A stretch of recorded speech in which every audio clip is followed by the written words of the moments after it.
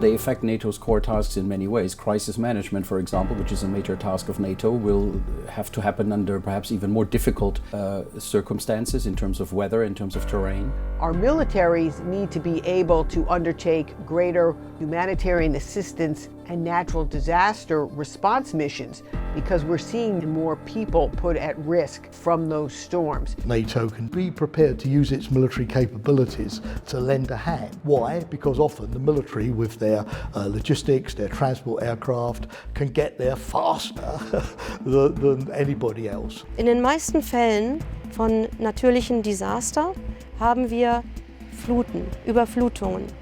Das Wasser ist dreckig, die Opfer können das Wasser nicht trinken, sie werden krank. Wenn wir jetzt energieeffiziente Trinkwasseraufbereitungsanlagen bauen, die das Militär bringen kann, dann sind die robust, dann sind die soldier-proofed, dann arbeiten die tatsächlich mit Photovoltaik-Panels und damit hilft es den Opfern viel besser als ein großes militärisches Gerät, was irgendwo weit weg aufgestellt wird und was ganz viel Elektrizität braucht.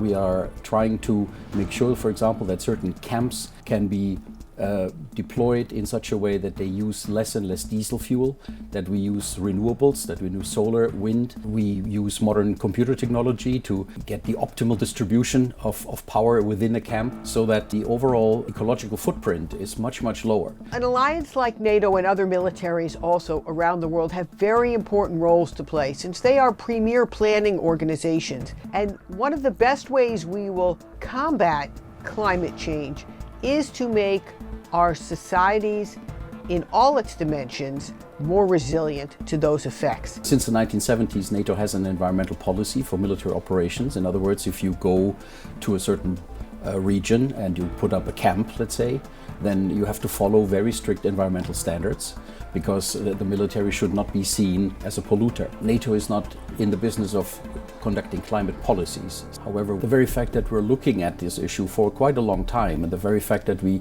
look at it from various dimensions shows that NATO is prepared to defend its allies under whatever conditions.